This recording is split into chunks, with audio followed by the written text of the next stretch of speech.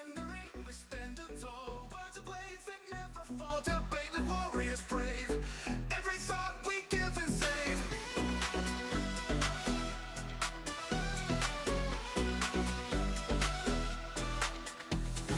In the ring we stand tall, words of blades that never fall, debate like warriors brave. Every thought we give and save. Through the noise we cut clean, spirited mind sharp and keen, with a spark that lights the night. Join us in this epic fight. Welcome to the Spartan Arena, where minds clash and thoughts clean. In the heat of every word, truth and insight will be heard. Buckle up and take your stance. In this arena, there's no chance to escape the fight by lore. Dive in deep and search for more. From heartfelt talks to fierce debates, we explore what fate creates. Side by side we seek the light. In the dark our minds ignite. Welcome talks to fierce debates, we explore what fate creates. Side by side we seek the light. In the dark our minds ignite. Welcome to the Spartan Arena, where minds clash and thoughts clean. In the heat of every word, truth and insight will be heard. Buckle up and take your stance. In this arena, there's no chance to escape the fight by lore. Dive in deep and search for more.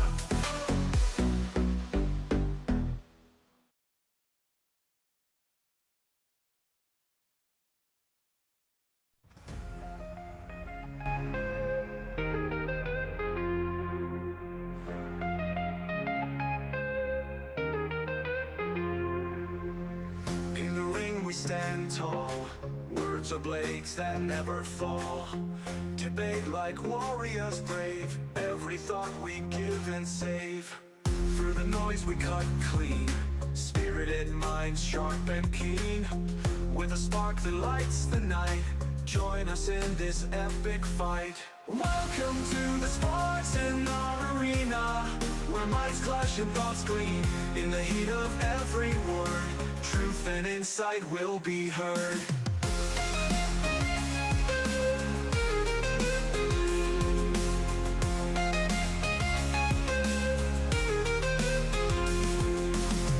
Buckle up and take your stance. In this arena there's no chance to escape the vibrant lore. Dive in deep and search for more. From heartfelt talks to fierce debates, we explore what fate creates. Side by side we seek the light. In the dark our minds ignite. Welcome to the Spartan Arena, where minds clash and thoughts gleam. In the heat of every word, truth and insight will be heard.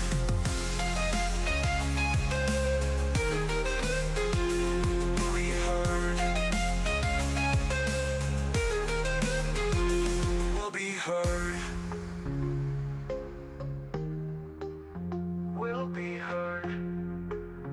Will be heard.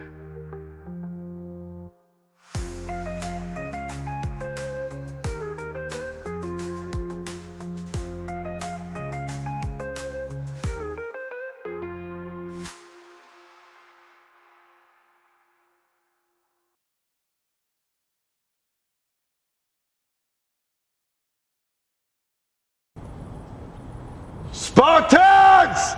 What is your profession?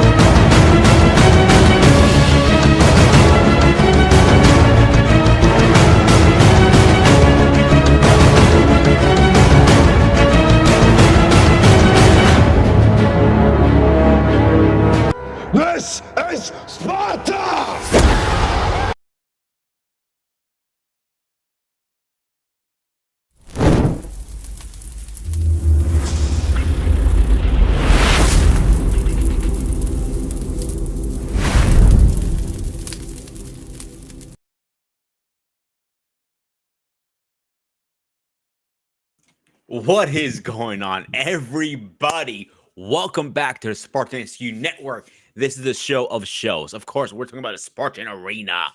This is a doozy, and I have some guests, some co hosts in the back. I can't do this by myself without you guys and these guys. So let's get the biggest person I know, the biggest speech person. He comes with knowledge. And of course, we're talking about Mr. President.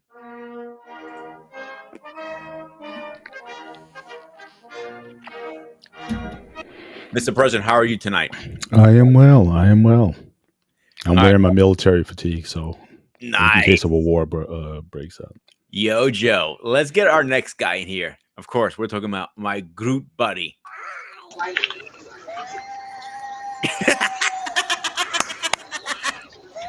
This never gets old. This never gets old. David, I got one thing to say to you. You've reached your limit on talking. Shut the fuck up. David, my man, how are you tonight? Let's see. I'm in between the dark zone and the red zone and the rage zone. And all I'm trying to do is keep that demon locked in. Hmm. So, gentlemen, we're from three generations here. And I feel we need to have this conversation tonight. The war of generations. The reason I think How we do need to you have say? How do you count three? you're one. David is from the Stone Age, and me. Oh, David and I are Gen X. You didn't get Bingo. my I well. get If the you count joke, but me, I'm from the in medieval times technically. Mm, Should I get my helmet? Should I get my Spartan helmet? spare us. and you forget there's All right. Moses who was there from the beginning of time. He's not here. I actually invited him. In my bad. First of all, I want to apologize for everybody. We started a little late because I was in the last minute meeting, so I had to wrap that up. I did reach out to our pain. I know it was the last minute. Hopefully, it shows up. I also reached out to Coach, so hopefully they're able to jump in and give us a little idea on them. But don't you think it's a little bit of a war during the different generations? A little bit. If you want to go first with that question. I like to answer that question. When we come to war generation, it's something that I pay attention to, and it seems to be a common thread going across the globe, depending on what brought about the issue. In North America, there seems to be a disconnect within the black community based on abandonment. We talked about it from yesterday's show, which is something I've been made aware of for a good long while.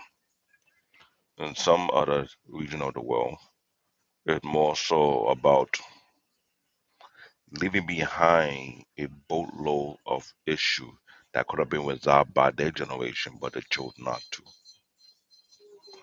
We create a level of resentment. The way things are becoming these days is something that got me question. In this war generation, would it create a great divide whereby either party be left to defend themselves? 'Cause when the disaster that are coming to take them both out, there's nothing they can do about it? Or would they force them to look at themselves and see, you know what, they need to make amends and fix certain things? Because from what I'm seeing right now, to be honest with you, I pay attention to the news on a global scale. Even though the news does not concern me, I have to because I can't turn a blind eye and say "Hey, it's not my business," not realizing it can someone walk on my own doorstep. Sometimes I learn from my uncle. Always pay attention to your surroundings because you never know what can pop up without a second notice. And sometimes the division we have among different generations, it can breed some dissension or it can bring some severe disaster without you seeing coming. That's my idea on that.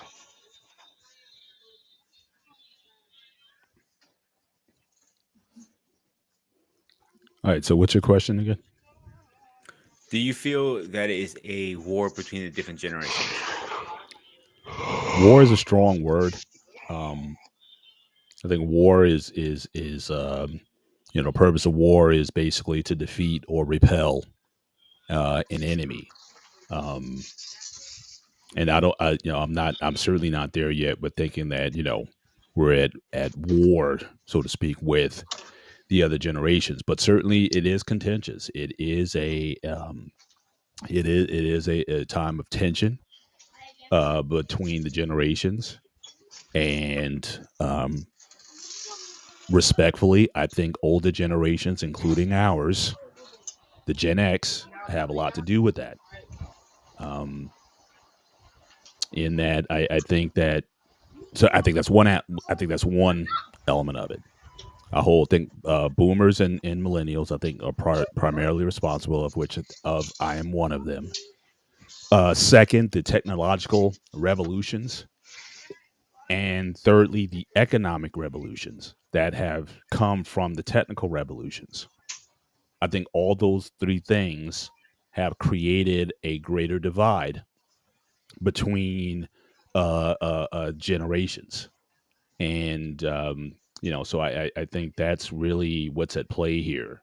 And but I think again um, those revolutions, if you will, again, baby boomers and Gen X created those. So I mean, the last 50 years of technical innovation that has taken place, that has been driven by capitalism, has led to a lot of the dysfunction. No investment in the the younger generations, which is a pox on all of us, because you should always be looking to. I mean, biology mandates that the next generation that comes up, I don't care if you're an amoeba takes care of its next generation better than human beings do, because the next strain of a bacteria, a virus, whatever you want to call it, is supposed to be stronger and more resilient than the last one. But certainly, because of technology, because of the way things have gone, the older generation is trying to hang on to its position and its power, and it weakens the next generation, and then wants to blame that new generation for the dysfunction that has been caused. So I think that's really where this is. So for me, I'm not at war with anybody. I take the brunt. And my thing is, certainly with young generations, if I can, I try to build a bridge. And if anything, if I can give, and just the fact that I have three daughters, if I can give them any insights to help them live in the generation that they're in, rather than trying to replicate what I did in my generation, I think we all be better off. So I think this divide here, yes, I think younger people certainly would do well to listen to um, older people, more experienced people. But at the same time, older people, you have to accept that this isn't your mother's generation anymore. And all this back in the day stuff may not help this new generation. So I think we have to, again, so a lot of this I think is I go back to on us. But so I'll build that narrative throughout the conversation. But that's sort of like my opening salvo on it, and I can break that down even further as the conversation goes on. But I don't want to hijack the conversation. Um, so if you have another question you want to go to, and maybe I can come back and break down further, I can do so. But that's my opening. No, that's fine, Paul. It was a good opening monologue. I like that. One thing I want to hit first, start running towards a little bit, is the technology, because we forget the technology we grew up on, you grew up on, David grew up, and I did. But at least between you and David, between versus me, a little bit, it was a little different because I am the young buck on here. Let's be straight here for a minute, Hmm. because what do you guys have, like 2-3 years difference? I think, right? No, more like almost 10. I'm 46. He I'm should I'm be 55, so 9. Yeah. 9. Okay. It's not a big So difference. would you guys at least agree it was a little bit of difference of technology for 10-year difference? Oh, without question. Yes, more likely. Without yeah. Um, Without, 'cause certainly between me and David, absolutely. But again, like I said, if you want to look at, just go back. uh 200 years ago, where technology was. So if this was like a curve, like a spreadsheet. So yeah, it's kind of, it's kind of going like this, and then by the time you hit the 70s, the space age, it literally like a rocket. It just kind of took off. So technologies that took decades to get to mass. I mean, television was invented in 1932, but it wasn't until like the mid 50s, like 20 years later, before it became ubiquitous, where, essentially you had a TV like in every home. But like with the internet, for example, the curve was certainly a lot shorter to get to that critical mass, so to speak. So absolutely, technology, certainly from the 20th century, if you want to go back and include the century, but I'll just, like I said, I'll take it from the 70s. I think like, or the late 60s, like I said, with the space program. First of all, again, we split the atom in the 30s, created the bombs in the 40s, and then that whole nuclear proliferation, then it became a space race, and all those technologies that came out of that um, helped to create and forge the world that we live in, without computers, without technologies and whatnot. And I think that has certainly a major contribution to the stripes that we have, but for a different reason. Like I said, I can go into that a little bit later, but absolutely, technology has done a lot.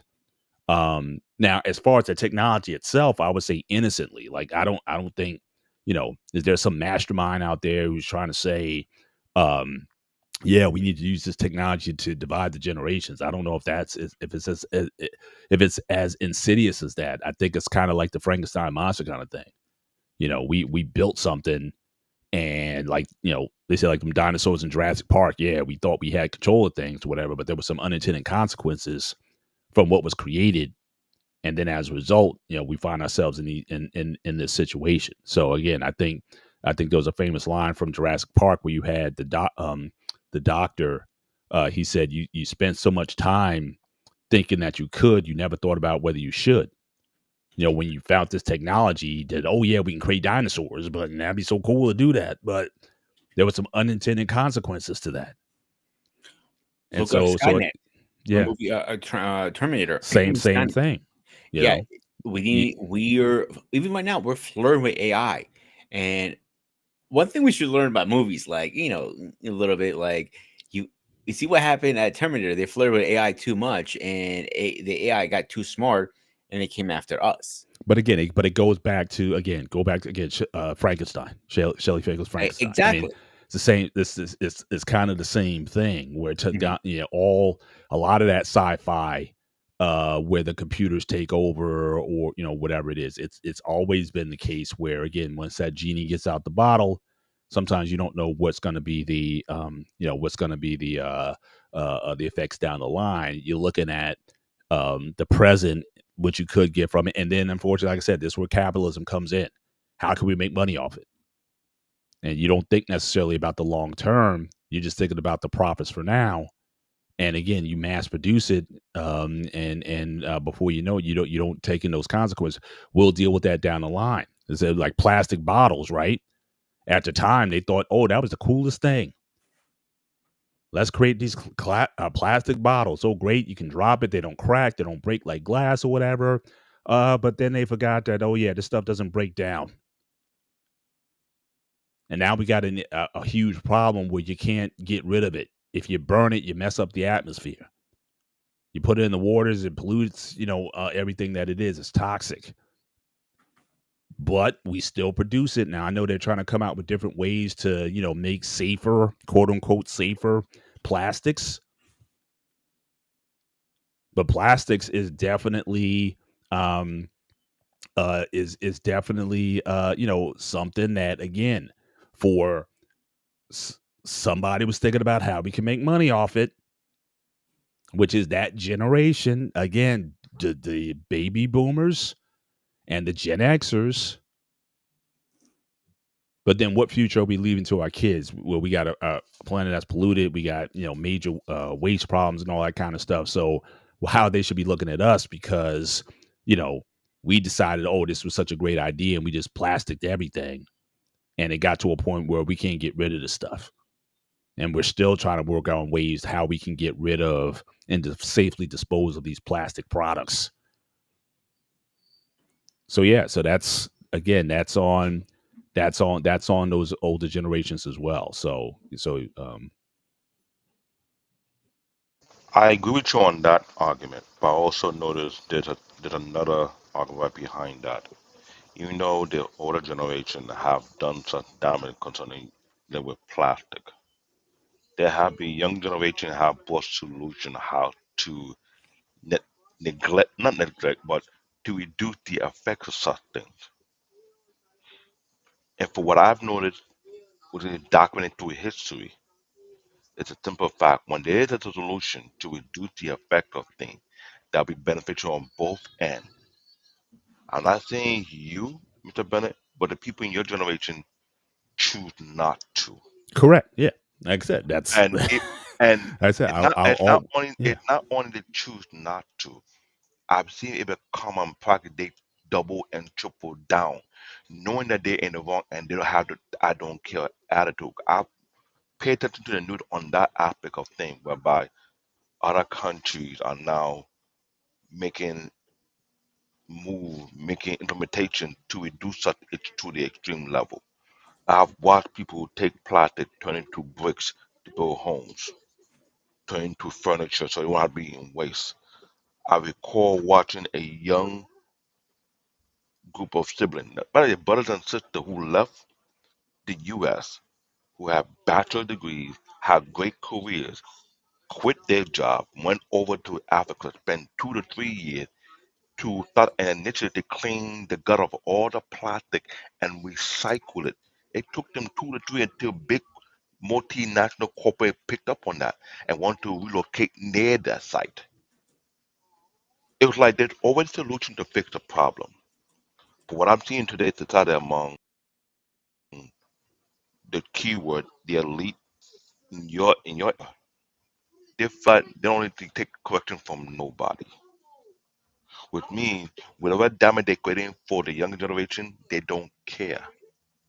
I just saw something that I share on my Facebook page whereby Texas passed a law that want to restrict solar and wind energy, which is renewable, which is clean, which is beneficial for the community, but they want to slow it down. And when I'm reading it, I'm asking myself this question: what are the people doing in that area that elected such idiot when they could have just do a recall and have these people step down? But it's like because I know in this nation, it seems to me everybody want to turn a blind to. I'm just going to catch. Let me get the bag. You can get the bag and still lose the bag at the same time. But outside these soil, such thing like this don't go that easy. If they pass us the bill, they massive pushback. So when it's a war of generation, I ask myself, what region had a lockdown to reduce such war? Or what region have the benefit to increase such war? Because it seems to me here, there will be continued disrespect in both sides of the aisle. Because remember you, Mandrell, and a few others tried that on another platform and you trying to make peace, but give a level of clarity. Even though when the solution is being presented, there's the pushback I don't want to hear. I don't want to care about the solution, even though the solution is 1000% correct. And I observed it. So I'm telling myself in my head, being extremely logical, if I want to make amend with a generation before me and the generation behind me, and I produce a solution that is highly beneficial to both ends, and I see they could care less about such solution, what would be best for me to do? Would be best for me to, in the biblical aspect of things, dust my feet and leave them behind and let them fend for themselves to the point whereby if they call me from long distance and I can save their power, I choose not to. That is my thought process that I've been going on for the past 15 years. and now it becoming more deeper on that concept of thing because we continue to have this war generated for far too long, when it's very unnecessary. But when there's a solution available and people choose not to, even though that solution is detrimental for their health and their well-being, and their ego is more important than the solution, then it is safe to say just to leave them behind, let them be. I'm sure there are people thinking the same way I'm thinking, even though they want to be, they are known to be peacemaker or they're not trying to find solution to make everybody could be on the same playing ground. But if that's the case, how should we address that? Because we had a comment about community, and community is affected by the generation war. If there's no community, it's safe to say build your tribe and move on. Am I wrong to say that? I don't think so. I think it's also a respect thing, David. Like, where is the respect of different generations Respect from whom though? from the younger crowd? No, this goes respect goes both ways. That's the problem. We've disrespected the younger generation. But yet we expect them to respect us. Respect is given. It's not earned. Trust is earned. Bingo. And we lost trust with the younger generations going back to the 60s when Vietnam was going on, when those Pentagon papers came out, and then the people started to find out what the government was actually doing and how we got involved in Vietnam to begin with.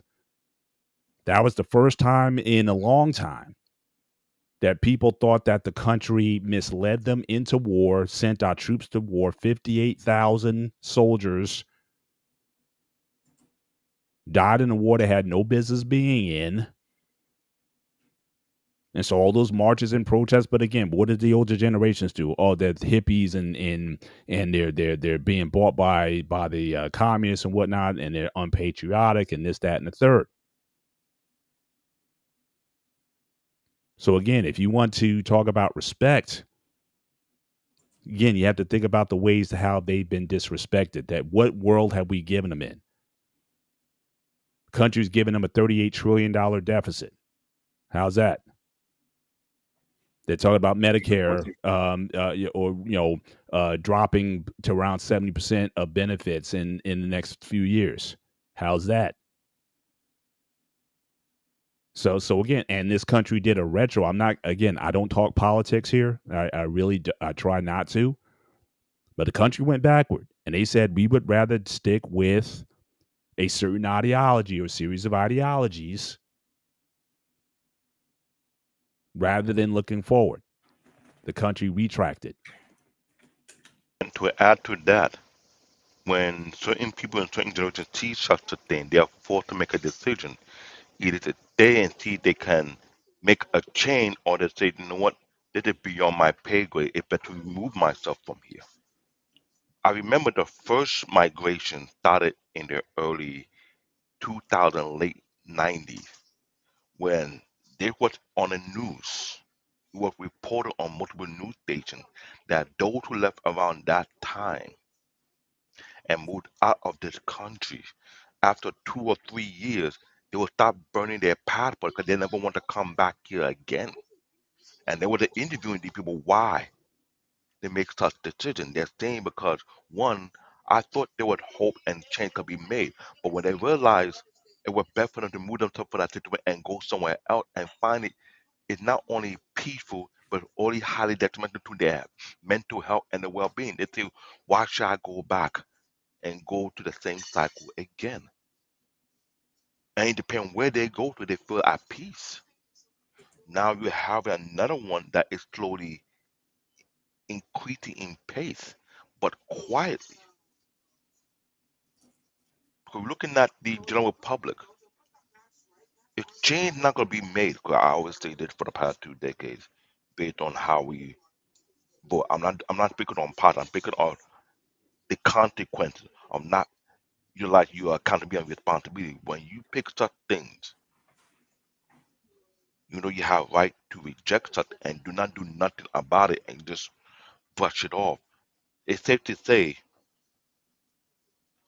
we're repeating what the past generation did before us, and we have no sayings and pointing fingers if you're not willing to make the changes. Let me ask you guys a question really fast before we move on.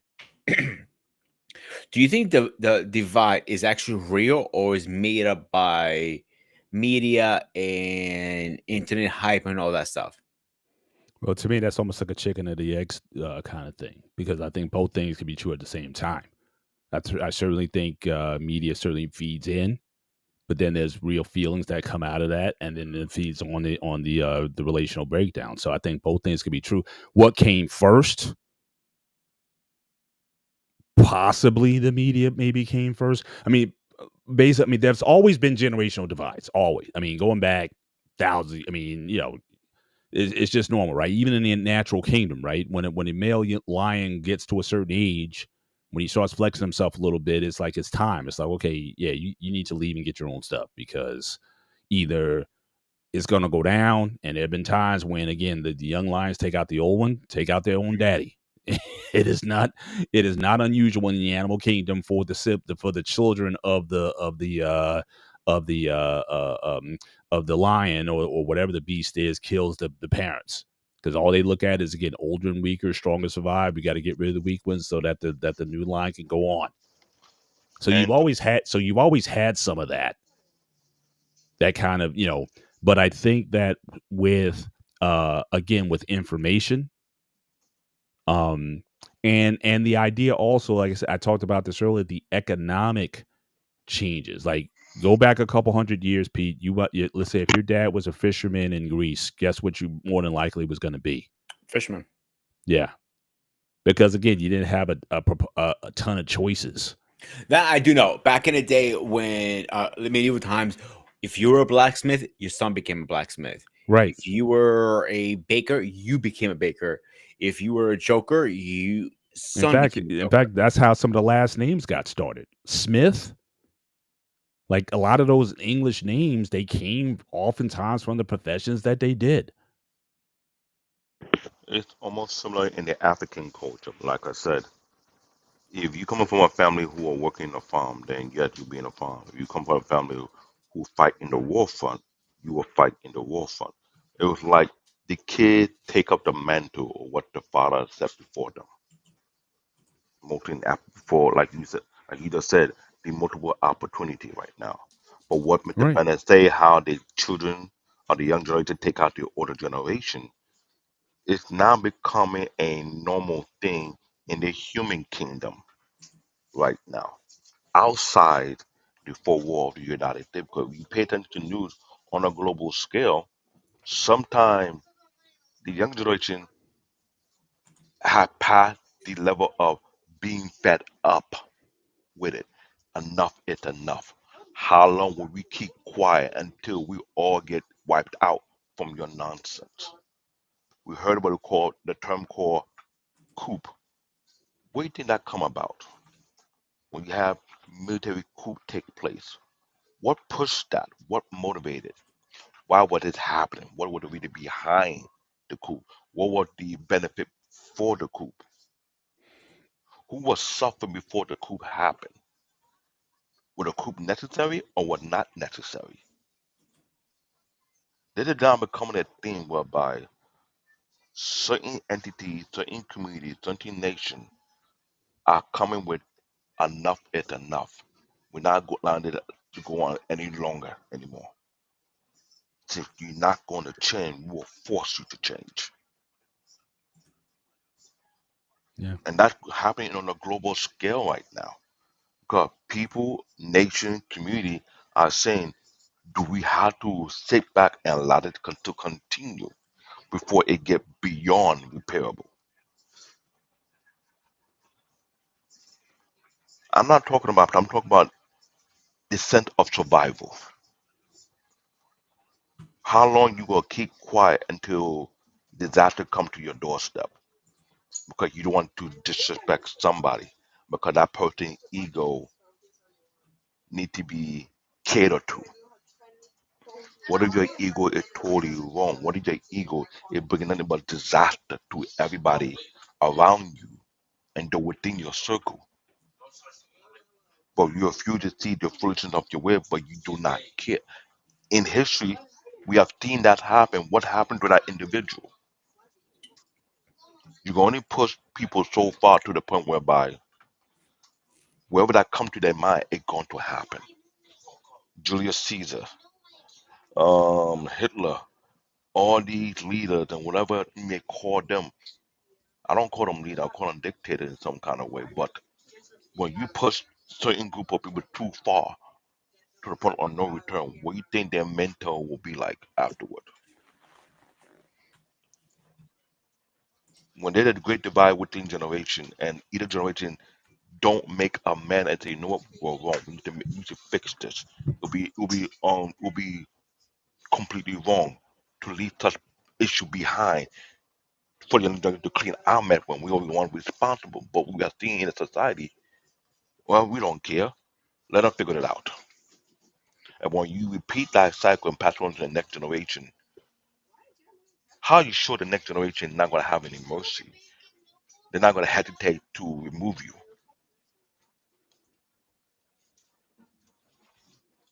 Because at the world and present time, 2025, people are taking the action to their hand because, quote unquote, I'm not like my mom or I'm not like my dad who keep quiet. No, I will react.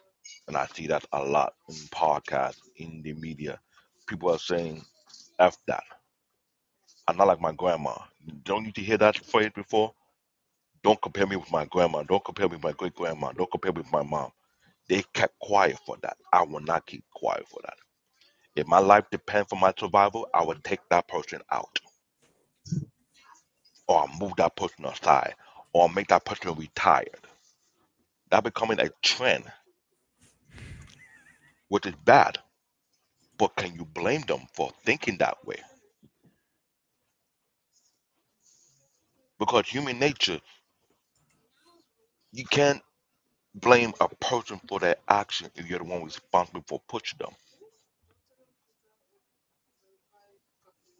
But I also know if you're the person who trying to bring solution and a person refuses to take that solution that will make their life much better, then I'll say it's safe to say it's better to remove yourself and go elsewhere where you'll be accepted with such solution that will make that area, that community better and leave those people who don't want solution, let them dwindle away and suffer the consequences for it. Don't be willing to turn your head back if they call for help. Let them face it on their own. Because when they have you in their midst, at that time, they should utilize it. Not wait until you fall away and order, oh, we need your help on this. No. I saw that in a job I did at MTA. They had a person who came from a transit system from Canada who was brought on the job to fix up the entity. But they don't let him do his job. They keep on restricting. They keep on trying to handicap him. The man was brought in to bring a solution to a problem because he was considered one of the best on the global stage of making such system seem almost close to being perfect. So why hire someone to clean the mess, but you don't let them clean the mess? Did that make any sense? That when he decided to leave, you want to damage his credibility, but yet you cannot damage his credibility when he have a track record of fixing things. This is becoming a thing whereby people are now saying there's no point of saving people who don't want to be saved. Let them drown and let them wither away. I'm hearing from multiple podcasts that say you cannot save no one want to be saved. You don't want to be saved? Turn a blind eye, mute your ear, and walk away. When they need your help and you're not around, don't answer the call. Don't answer the beacon. Let it be. Because I've watched people like Mr. Bennett and Mangel who step up to the plate and trying to have these conversations between both generations of the one before them and the one behind them. and bring suggestions. I've seen it on other panels as well. I see them in media where people try to make them somewhat successful, somewhat not successful. It depends on the environment.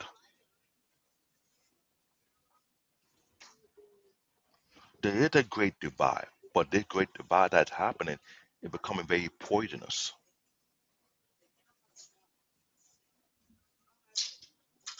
And the problem is the people who see the symptom, who want to fix it so it won't get worse for no generation had to go through, they're getting put to the side because ego, pride, oh, I want to stay in the hurt.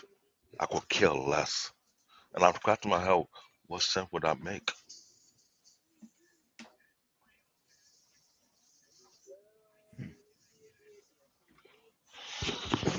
Paul, what do you think? Nah, well, I'm sorry. David, David went on a Or monologue. I age? forgot what was the source of your question. Can you repeat that, please? We were talking about I know I forgot. Forgive me, because it's a very No, touchy topic well, for me. let me just address David. Like again, yes, I know myself, Mandrell, and whatnot. Yes, we have those and we continue to have those conversations. And every once in a while, someone decides to listen. Like I said, I'm always going to keep an open door. I'm always going to keep my hand out. I'm not giving up on anybody because, like I said, but to me, there is no war. Like I said, I acknowledge the fact that yes, there are divides, but I'm here to listen if you want to listen. Now, if you don't, then as David said, I agree. Then they got to go and do, I guess, what they got to do. But I'm not taking my ball and going home either. I'm gonna be right here. You want to reach out to me, anybody? Like I said, I'm one of the most easiest people to find on social media. I don't have a handle. I'm not Bear Paul. I'm not Ghost of Sparta, whatever. I'm Mr. Bennett, Paul Bennett. That's who I am. Anybody can get to me if they need to get to me, Even your stalker. unfortunately. But hey, that's the risk that you take when you live in a public life and social media. I'm willing to take that. But anybody wants to talk to me about anything, hey man, can I just pick your brain for? Yeah, absolutely. And I mentor guys all the time who are in there, like, not super young guys, but guys in like 35, 30, 35, who I think that's who I need to be talking to anyway.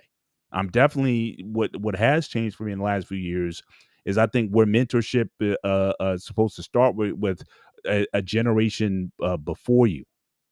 But I don't necessarily need to be talking to kids. I think teenagers need to be talking to young adults who are in college or out there doing things on productive. This is we got sold that story, Mr. Miyagi and Daniel LaRusso or whatever. And in reality, that's not how it's supposed to be.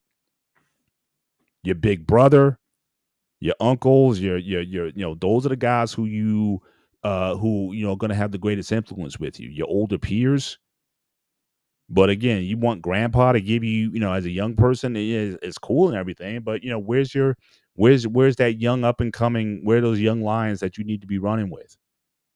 And I told my daughter recently, I was like, what, the friend circles that you're in from high school, well, maybe some of those relationships may need to go. Get rid of all of it. Where you're going to be in medical school in a few months. You need to get around some people who are outwardly mobile, focused, and enough with the drama. But again, in her And age Bennett, bracket, I'm not saying for her to hang out with some 50 and 60-year-old doctors. Yes, have one as a mint. Yeah, you need people who, have some skin in the game who can, give you some of that sagely advice. But in terms of the people you run with, that needs to be people who are at your level and above. But again, they're not so far away from you where they can't relate to you, but they're such where you can be inspired by them. Jason, I can see myself where they're at in a few years. Mr. Bennett, I'm glad you mentioned that. There are people in this young generation are pushing it back against that. They make it seem like it is boring or it's not cool.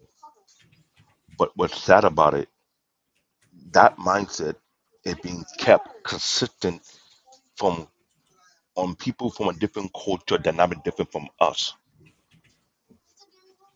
I don't want to say They don't follow the American ideology, which is exactly what it is. They make sure find someone who's the mentor, who's already in where you want to be, but show you the rope so you have an advantage. There used to be a program like that back in the days in the 80s. We were going to call it the Big Brother program, you want to call it, when you find someone who's a mentor in a field you want to get yourself into and they show you the rope and how to get there. I remember seeing those programs back in the 80s. There were different mentorship programs that was available depending on what field you want to be in. And they found someone not too far from you, but kind of close to your age, but who have been there for a good couple of years, who understand the procedure and the method and the routine. And they try to walk you through the process so you have a better advantage when your time comes. But these days, it's not cool. It's not fun. Whatever idiotic slang they want to put on it, but not realize there are people from different cultural dynamic than we are taking full advantage of that and beyond. I've tell young folk before, if you don't walk with that mindset, I can promise you 1,000% guarantee it going to stunt you in a way you never expect it to happen. Because it seems to me there's a pattern whereby what it was tough at your time, it become 10 times tough to my time, multiply another 10 to the one behind me, and on and so forth. Because people refuse to say, you know what, let's change the direction of where we're going with this. You could throw a life jacket to the or a lifeboat or whatever you want to say. No, no, no, no, don't go. That this is not good. What do you know? Even when you have the information, you have the data, and you be keeping track of what's going on. People are quick to brush that advice, that one aside. For what purpose? I could never understand. If your ego is that much important, and your fun is that much important to success, then by all means, go ahead. I'm that person whereby I'm able to make it in 2025. If you don't want to take wise advice, then it's best for me to keep it to myself or give it to someone who will actually want to use it and multiply it 100-fold. David, let me ask this question. Do you feel is it one generation had it harder than the other generation? From what I've been observing in this country, yeah. Okay. Specify. But it's done in a way whereby, for some, I have to admit it, it's not meant to poor, but the poor generation on purpose sabotage wherever to help them to go through it to make it harder for the next one to go through. Like whatever ladder they were using to help them get there, they yanked the ladder off. They said, well, you got to figure it out now. Mm-hmm. And that's going on in today's society. Okay. What about you, Paul? Um, I'm not sure I like the question. I mean, life is supposed to be hard, right? So I think that's one of the things where society really starts to crumble a little bit is when you try to, again, I keep going back to one of my favorite movies. I highly recommend that people watch it. The movie is called Rollerball, James Caan from 1975. Watch it because the theme of the movie is, again, if you give people comfort, ultimately you're going to have an end to society. So again, every generation's had it hard. It's one way and another. Even this generation has it hard. Maybe different things that they may be going through, but again, difficulties nonetheless. But life is supposed to be hard. It's not about life is hard. It's like, are you built up to conquer it? And have we built a generation that has been equipped to conquer the world that they're in? Or are we trying to get them to live in the world that was in the past? Again, biology mandates that we prepare the next generation with all the technological changes, with the economic changes that have taken place. but are we telling them what they need for this time? For example, in my generation, everybody was like, "Look, go to college. That's your next elevation. Go to college and get that degree." Well, now I would tell very few kids to go to college. Period. Unless there's a very specific specialty that you need. Yeah, if you want to be a doctor, you need to go to college. You want to be a lawyer, you need to go to college. But it's interesting now how the stuff that the older generations tried to get away from is now really the only thing that matters. But globalization, again, not a reality in my generation. But now with globalization, the technical jobs and whatnot, unless you're going to get into AI or some sort of data analytics or something like that, I wouldn't even be comfortable telling the kid to get a computer science degree. Because again, that stuff, AI is going to be doing half of that stuff. Chat GPT, these guys don't know how to program anymore. They ask Chat GPT, write me a program to do this and that. So again, so where's the money? It's in the trades. Plumbing, electrical, trucking, at least for now, until they get them automated trucks on the road. But I'm just saying, but it's interesting how the manual jobs, those highly skilled but yet manual jobs, are the things that that are where a lot of the money is. So again, I'm not going to be running to tell a kid if a kid doesn't want to go to college. If one of my kids said I didn't want to go to college, fine, don't go to college. But you still got to tell them what you want to do though, because My the only little only pushback, my only little pushback with the trades is, and I saw with me, and I'm seeing it again with HVAC. Everybody says, become a mechanic. There are so many jobs out there. Excuse me, and so many jobs out there. By the time I was done with my college trade, the field was so oversaturated mechanics, you couldn't get a job if you want to work for free. The same thing is happening with HVAC right now. The work I just talked to the kid I know on my job. He's one of my prep cooks. He has his HVAC, and he goes, "Pete, I can't get a job. I have all my certifications. I'm getting my plumbing certification. I got everything.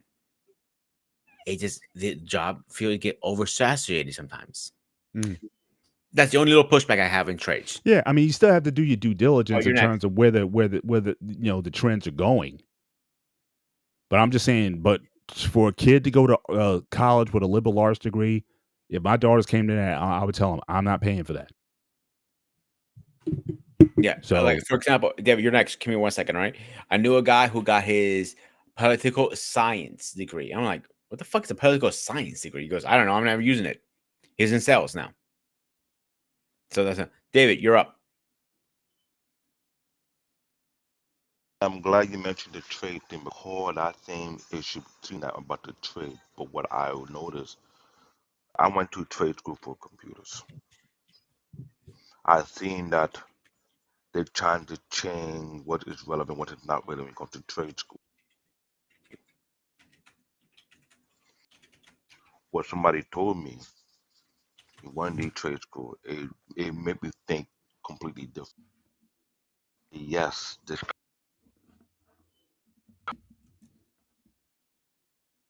country trying to change what is relevant when it comes to trade. But what I would construction, either HVAC,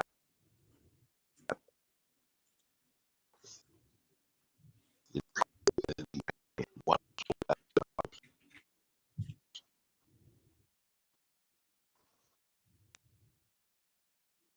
in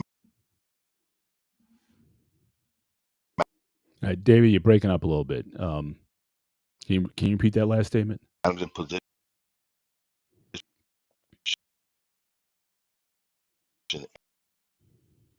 and share.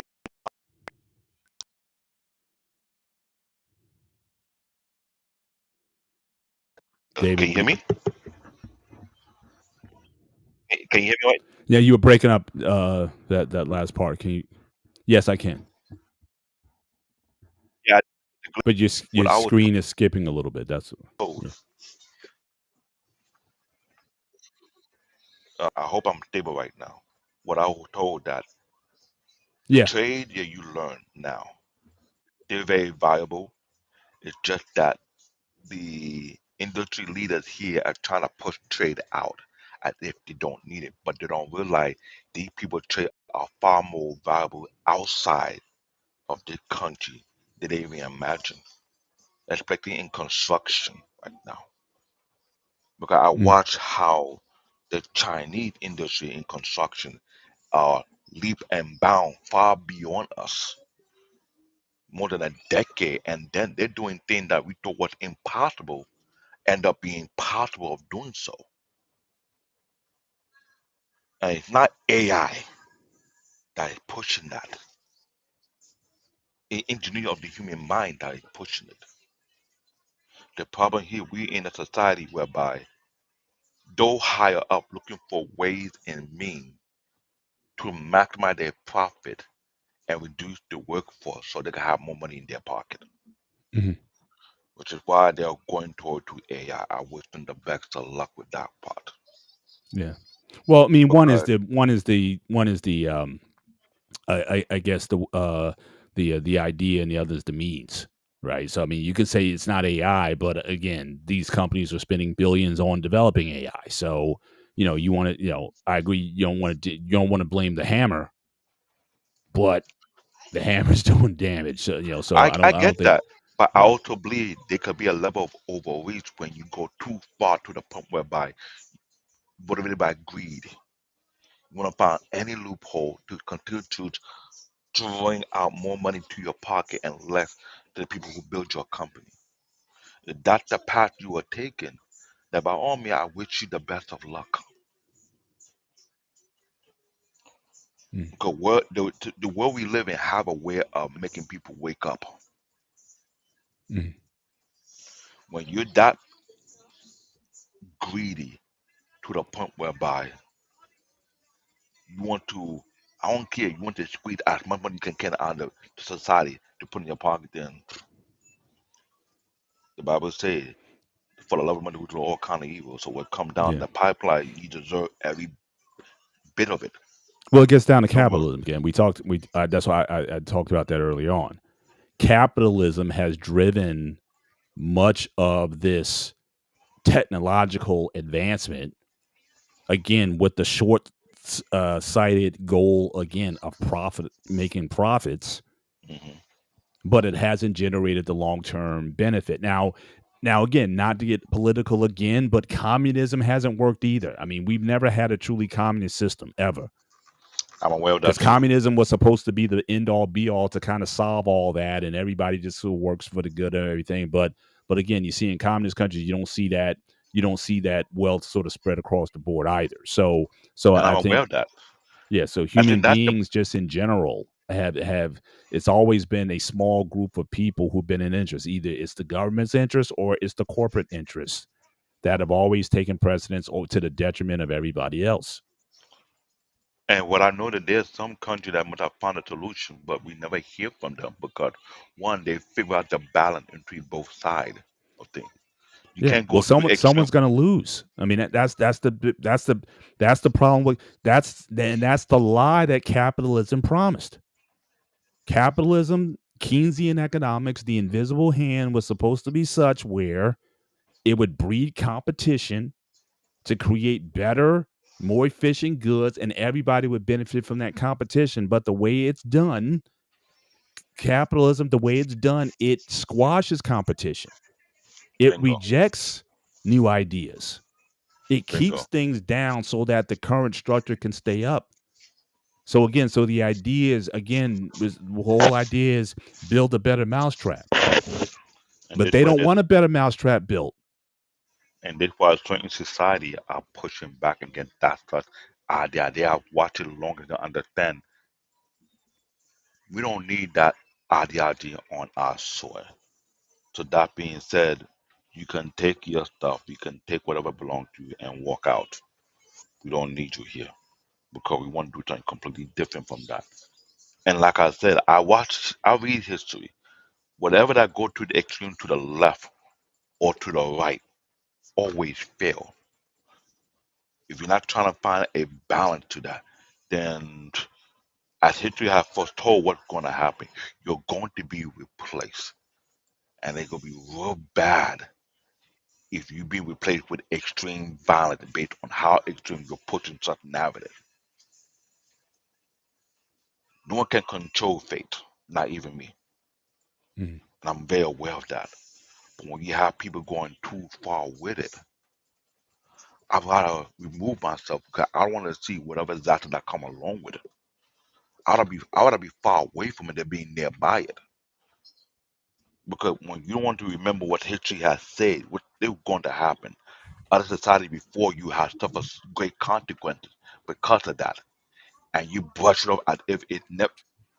Like I said, I want to speak politics, but I studied American history, and this the third time they pushed tariff. It never worked for this country in this Mhm. capitalist society. Mhm. But they want to act like history has never been documented. So I've scratched myself in my head. I'm like, is it A me? new subscriber.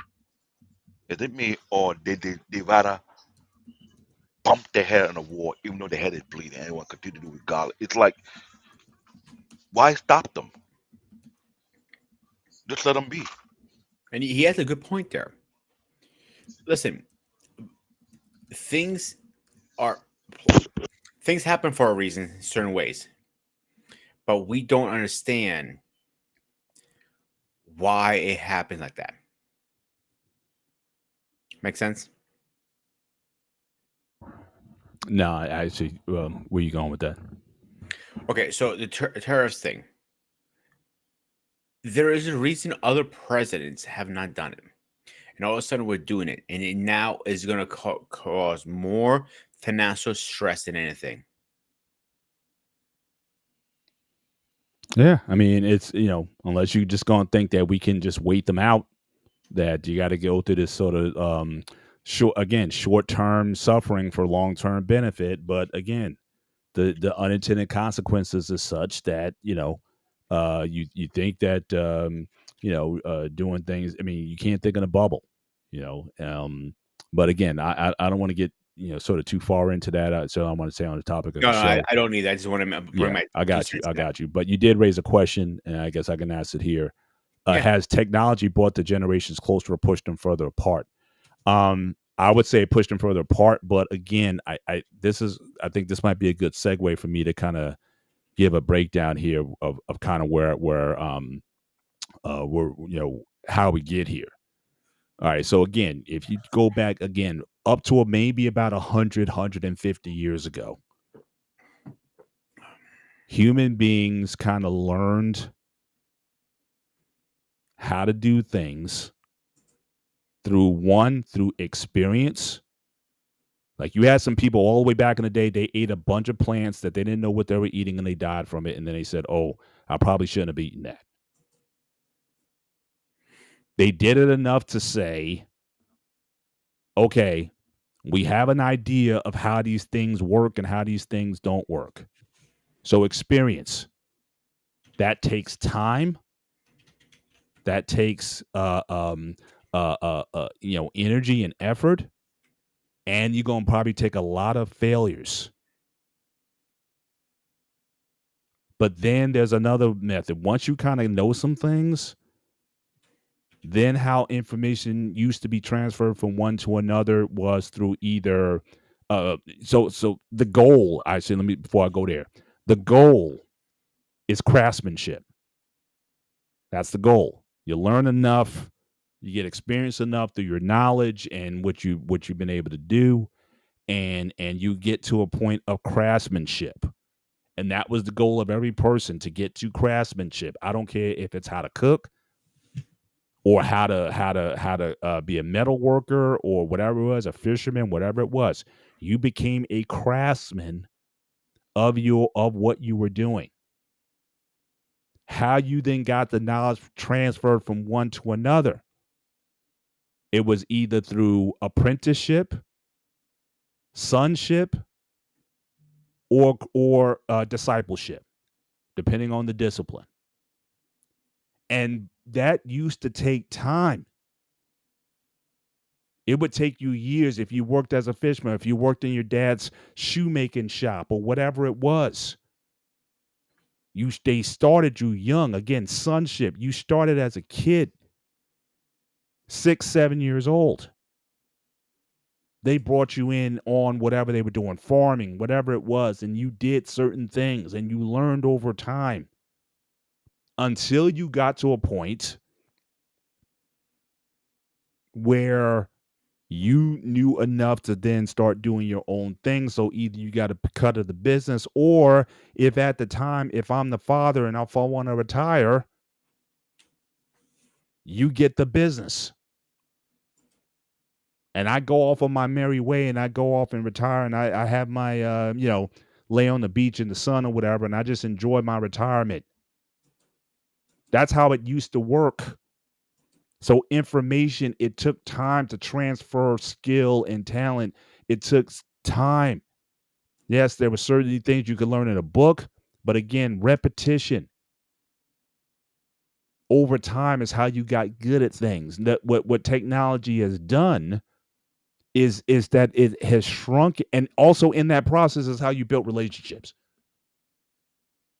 So again, to the question, okay, has it driven generations apart? No, that's how you got tight, because you were going to be in the woods with in the woods with somebody working on this stuff together. That bonded not only fathers and sons, but tribes and peoples, and that's how you became a people. But technology, what it's done is it has shortened the learning curve to such a degree that a lot of young people are like, well, I don't have to spend 10 years being your disciple. I can go and get this information at the touch of my, at my fingertips. And so, again, that's a short term goal. And you're right. You can get information by Googling, by watching YouTube videos and things of that nature. You can certainly do that. But then something gets compromised. You don't know patience. And you don't understand and appreciate the process of what it took for those people, those scientists, Newton, Galileo, all those scientists, Einstein, all those guys, what they did to discover these things, the process which they went through to prove the theories of relativity and have it critically assessed and go through all that. The biggest thing now, I don't know if you guys are aware of this. You got this beef going on. This actor, Howard, what's his name? Guy was in the first Iron Man. Howard, what's his name, David? Terrence Howard, Howard. Terrence Terrence Howard. Howard. Yes, yeah. So Terrence Howard's on some new stuff right now. That he's got some scientific knowledge that he's wrote this white paper, and he's going around talking about how he discovered this, that, and the third or whatever. And he had Neil deGrasse Tyson look at it. And Neil deGrasse Tyson surgically took him down. And Howard was feeling a certain way. That's like, oh, well, certain people have been laughed at or whatever because of their stuff. But no, Tyson's point was you didn't even go through the process. You just wrote some stuff that sounded good to some people, just like a lot of these flat earth people. You went around saying, oh, this sounds good and it makes sense. Was it ever critically assessed by a body of people? That's why, again, it takes a lot to be a doctor. It takes a lot to be a lawyer, because you have to have peer review, and you have to go by for some people who will shoot you down. And Oh my God! Big Brother Bennett, now they want to shorten the process of being a lawyer. They don't want people to go through the rigorous test. And They think just because I can Google and all this law, now I can advise people and I can practice law, or I can do legal stuff. No, you shouldn't. There's a reason law school should be hard. Law school should bleed out a bunch of, just like medical school should be hard. I pray that my daughter can survive the gauntlet that she's about to go through. I pray that she does, but I don't know. I'm But glad it's you said, supposed to be hard. You Big Brother. shouldn't be able to just go up there saying any old thing before you could just go out there. But people just think because I got this information, or because I know a little bit, Now I can just run with it. Wow, big brother, you saying so much right now. So, yeah, I'm shutting up. Later, know as well as telling me to shut No, up. So no, I'm no, gonna I shut know. up I'm right now. not saying the show, but I'm gonna defer to what you were Queen right here. saying, I want to let you know something. What you saying, it not beyond correct, but it have been proven. Audi, we all know who Audi is, right? German engineering. I Yeah, remember watching the documentary. The people that built the high-end Audi car, they're that team with an age requirement. You got to be of a certain age to be in that team to build these high-end Audi vehicles, and it's done by hand for a reason. You cannot join that team unless you have taken mentorship from these people, and they school you to the part before you come of age to join that team. The reason why Audi will continue to be a threat to all the competition in Germany because they take serious and come to craftsmanship. And I watched it. I like, wait, so all the high-end Audi cars were built by hand? They say yes. I watched the documentary. They don't believe in having AI built because they know when you put your effort into it, you take pride in your work, like you just said. And they're a well-known multinational automobile company that put the best of the best of their craftsmanship out there to it done by hand. And when I'm hearing you saying that, I was like, Mr. Paul Bennett is preaching the gospel right now. You don't know how much this impactful that thing is. I had to learn my craft from going through mentorship and continue to perfect it, repeat it, go through the rigorous test to understand what I'm getting myself into so I can understand and make it second nature. But these days, like you just said, people want to take the shortcut. They don't want to go through the struggle. I wish I was able to change my profession much earlier and go into construction and do it whereby I don't have to take AI machine to build my house. I learned how to do it so I can appreciate the craftsmanship of building a solid home than taking shortcut to build one. What you're saying is totally true, but today technology are removing mentorship in a way where you don't need to spend 4 years to know this. You just do it for a few months and you're like you say, you're a lawyer, just like, oh, you don't need to do, I'm sorry, medical school. How many years you got to go through that thing? It's like three, or, four, 8 years. four, or a brain two, and surgeon. then two residency. Yeah. They want to cut the time into half or less than half and have you work on a person body but you have no experience doing that? Like, are you kidding me? They want to rewrite how education get taught in this country. I'm not talking politics, I'm talking facts. But why should I listen to a person without daddy money could not even pass high school nor college to begin with?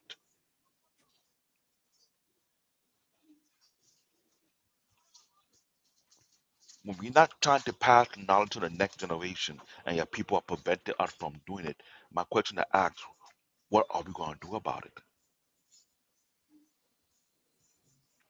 Yeah. Like I'm saying, but this is the this. I think part of this is unintended consequence.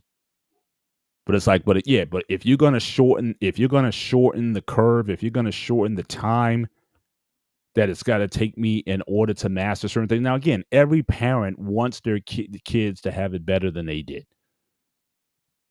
But again, I think some of that you kind of do to their own detriment. I think, but that's always the balancing act. Like I know with my kids have worked since 16 years old because we told them when you turn 16 and get a job, the level of expectation that you get from us changes. Before then, we bought them anything that they needed or wanted. But now it got to a point when they were 16, it's like, I'm sorry, you're gonna have to get a job. If unless you want to wear Skechers sneakers, if you want the Air Jordans or the Air 95s, we'll give you Skechers money. The rest you're gonna have to make. So my daughters have always worked as early as they could work. As soon as they turned 16, they got jobs. Because again, I wanted them to appreciate again what it's like to earn money. And no, we didn't give them an allowance either. We played with it a couple times, but we said no. You want something, you work for it. No, we ain't pay unless it was something where you couldn't have a job for whatever reason. Maybe your school studies were such where you couldn't do something. Then yeah, we would step in where need be. But no, we're not giving you an allowance. So yeah, I think that the what you lose in the process of failure. How many times Einstein and Lewis Latimer? If you don't know who Lewis Latimer is, you need to look him up. Because without Lewis Latimer, there'd be no light bulb. And Lewis Latimer was a black man, also, just saying. But the number of processes that they had to go through to perfect that thing, how many failures that they had to have. And I'm sorry, I'm just a believer in, again, failure is we've tried to build a world of comfort without failure. That's why guys don't even want to date. They don't want to take a shot. How many girls that we had to have to kick it to? Me, well, David's maybe 10 years older than me, but if you wanted to go out with a girl, you had to kick it to a lot of girls. Now, one girl turns you down in your IG feed or whatever. Now you in a way or whatever. Oh, I haven't said it. I'll say it again. Online dating killed dating. I like the old school style dating. Going out, having a few drinks, and you see the girl at the bar, and you say, "Yo, what's up?" and buy you a drink, and she might smack you or not. I prefer the coffee date. Again, an unintended consequence. Because again, the whole idea, I still embrace it now. Because all it was supposed to do was it's like a yellow page. It's supposed to give you access to more potential contacts, but that does not mean it's supposed to exclude you from doing the work. Just like in sales, right? You're always looking for leads. I always looked at online dating as a place where you got more leads, but you still had to follow through. You still had to call. You still had to have a conversation. You still had to meet them. You still had to, date. It's not an exclusion of that process. It just opens up more doors for you to still go through the process.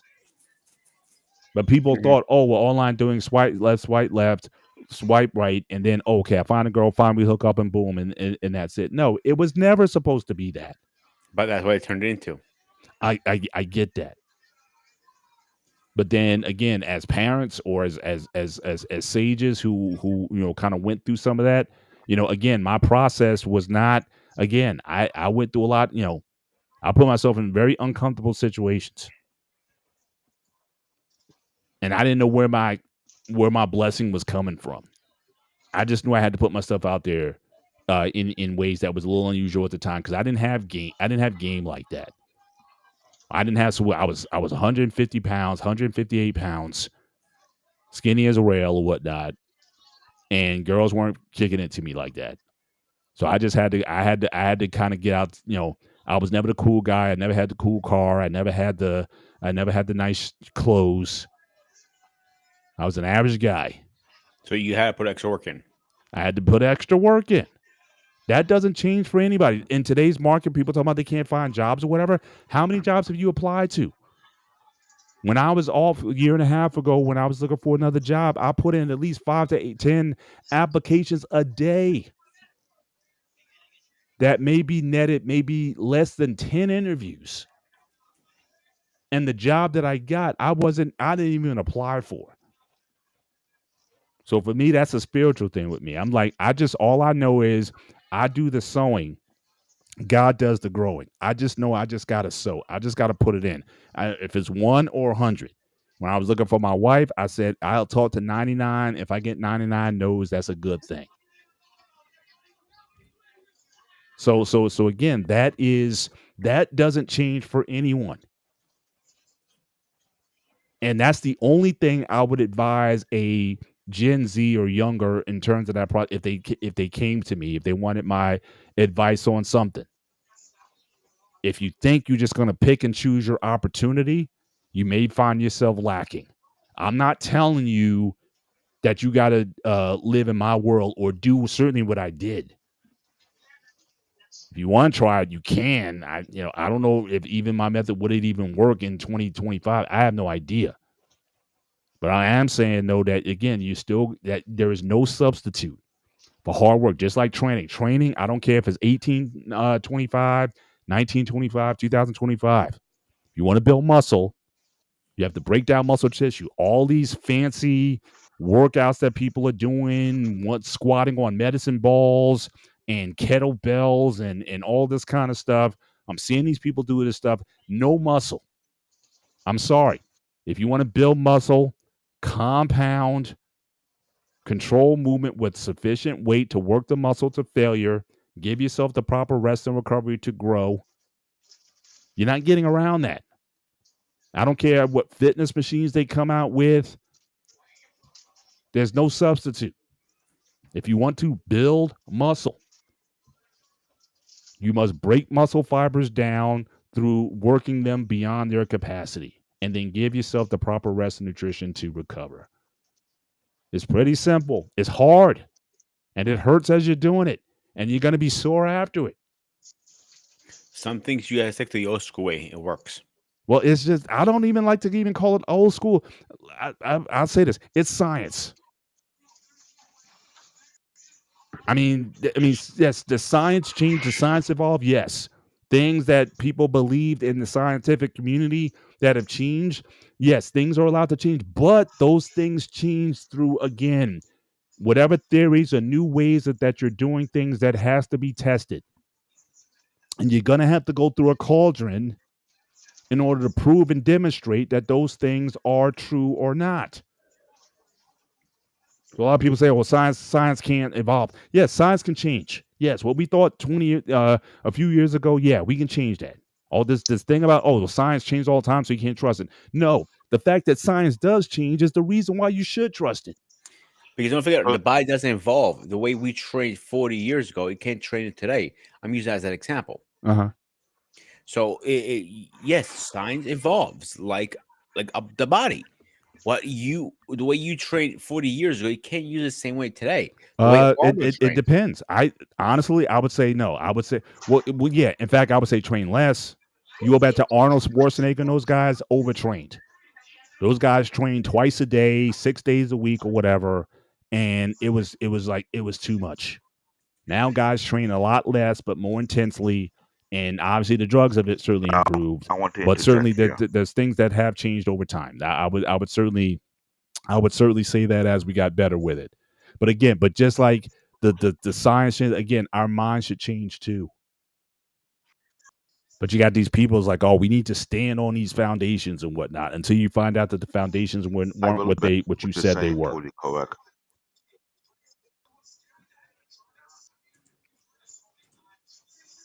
Go ahead, David. I think you're correct on that part. But I think the issue is this. There are people looking for a shortcut to get the result, but they don't realize science is all about applying the principle that make it work.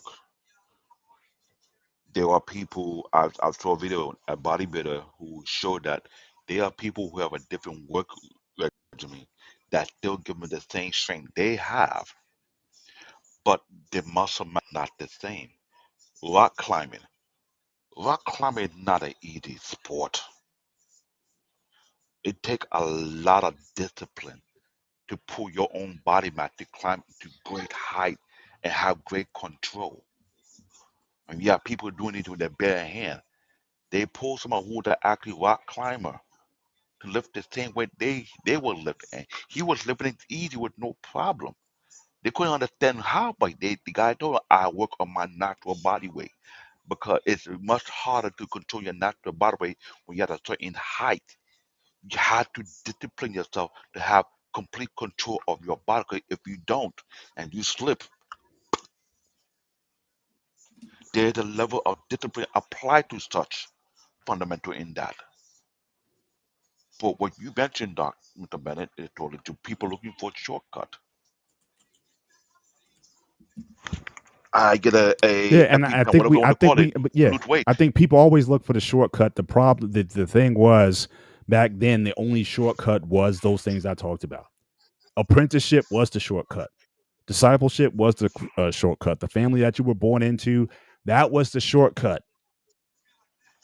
Paul, But I'll when give you you a better gave people example. options, Then they said, look, we can do things, we can do things differently. And especially when it came to the whole idea of the family business, again, when you're presented with different ways of living, like again, the fisherman example I said earlier. I mean, if that's all you're around, but what happened if you said that, you know what, I don't want to be a fisherman like my dad did, or I don't want to do what my ancestors did. I want to go to school. I want to be a doctor. I want to do, and in those conversations that were certainly uncomfortable at the time. But the question is, did the families did they support the decision for someone to go into another direction, or did they insist that no, you must do this? And what kind of frictions did that cause as far as the generational divides when there's an opportunity, there's a world out there where you may think that, hey, there's things I want to explore, and your family's saying no. Now again, there's a balance to that. Like if you say, look, I just want to paint art and whatnot, it's like I still have floors, I still have baselines. I think as a functioning adult, you must be able to have the ability, the ability to live independently. I think that's a goal of every adult. I don't care what your vocation is, but you should at least be able, not to say that you will live independently. I don't mind families living together. I don't mind multi-generational. I don't mind the village. I don't mind that. But you should at least be able to, if I wasn't here for my daughters, I was like, okay, can you guys take care of yourselves? That to me is how I measure my success as a parent. That I've raised kids who can live and function independently in the world. If I haven't done that, then I failed as a parent.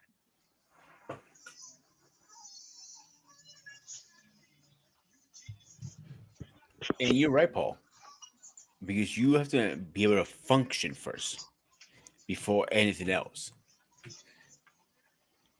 I remember in the 90s, in the early 2000s, remember the little pills that used to come out? You take this pill today and you lose 20 pounds in a week or some Mhm. shit like that. Yeah. And it didn't work. Right. The fat burners. Right. There's no shortcut in any of this stuff. The only shortcut is put your nose down and grind away. Can we all agree on that? Yeah. Yeah. So, by that said, any shortcuts we do is not going to work. We have tried every possible way, it doesn't work. And I think that's what some people think the new generation lacks motivation, lacks drive, lacks the fire. Because everything's there, fingertips. You type something away, boom, boom, and you get your information. And again, there's nothing wrong with that, obviously. But when are they going to start thinking for themselves? The question is now. What do you guys think? I think we still have to draw a line between the process and the vehicle. So I think people have a lot more options as far as the vehicle that they want to get behind. Now the process is still going to be the same. Look, I don't care if you make your money through a traditional job, you want to do crypto, you want to do whatever the vehicle that's in front of you. Remember back in the 90s when video gaming really started to come on board, and you had these guys who were literally like, bump school because I can make $150,000 a year playing video games. ESPN used to have video game segments, even though it's not technically a sport. But you basically went around the mobile truck with the finished prize at the end was $150,000. Here it is. I'm trying to get this degree to make $50,000. You're telling me I could play video games and make $150,000. Now, again, you can try that. And certainly some people probably have succeeded at it, but the process is still the same. What are you willing to give up? What are you willing to sacrifice? What are you willing to grind on? You're going to have to grind if you want to do that. You want to be a content creator full time? You got to be relentless. It's a We are. full-time job. It's 7 days a week. It's Oh, no days absolutely. off. It's none of that. Doing this channel, and you guys see how much you guys know how much work we put. We put a lot of work. Their meetings, their ideas, their titles. It's so much fucking work. So you guys think it'd be content creators are gonna be like 1, 2, 3, I be the next Mr. Beats. No, it doesn't work like that. It takes years and years and years of time. Um, yeah, it just I hear this all the time. The kids saying, "Oh, I want to be a gamer." A gamer. Mhm. It makes me think. I'm like, yeah, no kid. It doesn't work like that. How about if you? It's nothing wrong. Want to be a gamer, but pick a realistically career to pursue that for now. To pay your bills, to put roof over your head and money. Food on your table. And when that day breaks, it's only so many jobs so many teams you can join as a gamer. There's so many video games. Same Mhm. with sports. I want to be Mhm. the next, Tom Brady, and that's great, and Danny. But again, there's only so many teams out there. You know what I'm saying? Absolutely. And that's again a product again of the choices that people have that they want to pursue.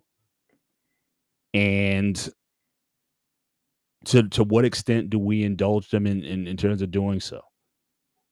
You know what I mean? I mean, it's like I said, back in the day, fishing was your only option, or iron work, or whatever it was, where you got a job at the mill or at the refinery, and that was just how life has as you seen it.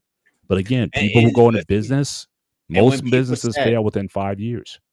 and when people said, "I want to get out of this town," it was ludicrous to hear that. Now it's common to hear that. I want to do something different. I want to do something better. There's nothing wrong with that. But back then it was ludicrous. What's wrong with you? You're not gonna date the girl down the street. No, that was ludicrous back then. Now it's common. It's common to travel. It's common to go out. It's common to meet people from different cultures. Back then it was not.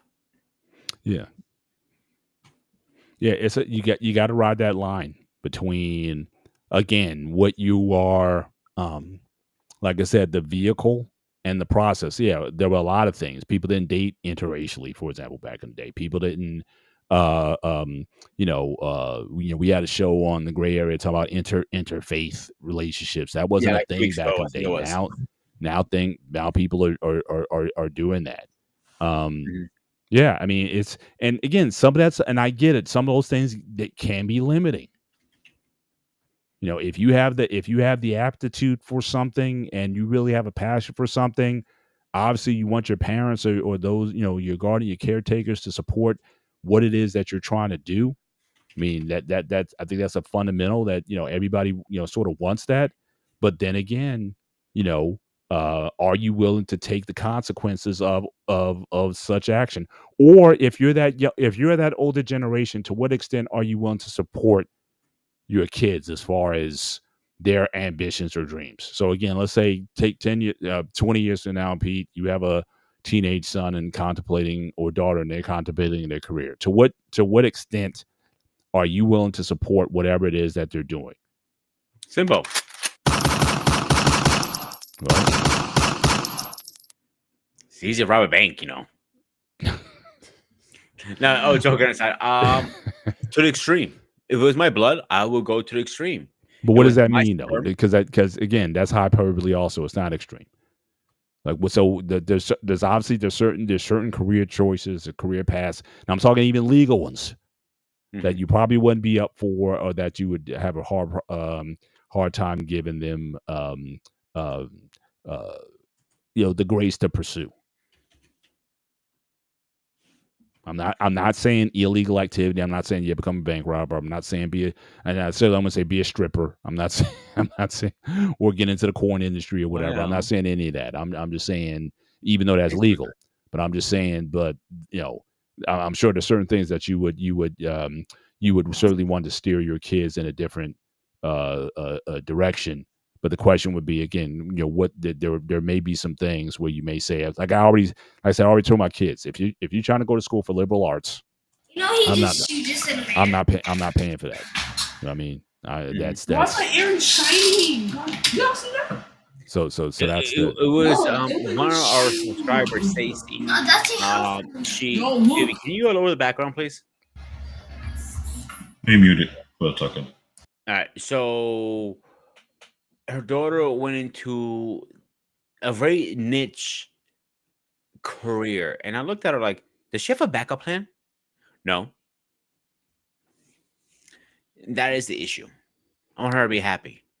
I get you want her to be happy, but it's such a small market to get that line of work. Or something in movie industry. Like, mm, I have nothing against that, following your career and your dreams. But if it's just such a small career goal, you know what I'm saying? yeah. But then the unfortunate thing, and this might be again where again, if not media comes in, but also the motivators and stuff. It's like, oh well, it doesn't matter. Yeah, they laughed at Einstein. They laughed at this person. Ha ha. They can't be what they wanted to be or whatever. Don't listen to the naysayers. You can do it if you want to, and that sort of thing. And that again, Tony Robb, all these motivational speakers and all these people who came out there and said, yes, you can. Anything's possible in America, an American dream, and all these things that have been sold to people that says, yeah, I can go out and I can be anything. And sometimes, again, I said earlier that again, people live at the level of their expectations. And say, so yeah, I could have a nice corporate career. I could, I can have a nice stable job, whatever. But stable is for losers. Mm-hmm. Don't be stable. Go out there and go against it. And then you get all these examples of people who left corporate America and they decided to follow their passion. They became a millionaire. Well, guess what? You can do it too. And the reality is, less than 10% of people make over $100,000 a year. Yes, do people out there, take the plunge and do they make it? Yeah, but you're still talking about the 1%. Capitalism has basically produced a 1% top, which is only slightly better than communism or socialism. But in America, there's that again, that American dream. Every time you go by a factory or a company or whatever, you look at the Walmarts, the Sam's Clubs, the successful people, the people who built the technology that we're doing here. It's like, look, all those guys had dreams and they followed their dreams and goals and whatnot. And this is what they fashioned the world they're in. Yes, and I don't take for granted what those people had to sacrifice in order to get there. But again, is this the norm is this the norm for most people? It probably isn't. But then if you say that kind of stuff, just like, oh, well, you have a loser's mentality. So again, again that kind of talk, it's like, people innovate as if innovation's just a given thing. And people buy into it. So again, it's like they don't want to live like they don't want to do what everybody else does. They don't want to follow. There's been songs written about that. So yeah. So I think capitalism has got a lot of people. Capitalism is like a funnel. It requires a lot of human capital to produce, I guess, what you would call diamonds, right? But again, think about how diamonds are rare, but they do exist, and there's a lot of them.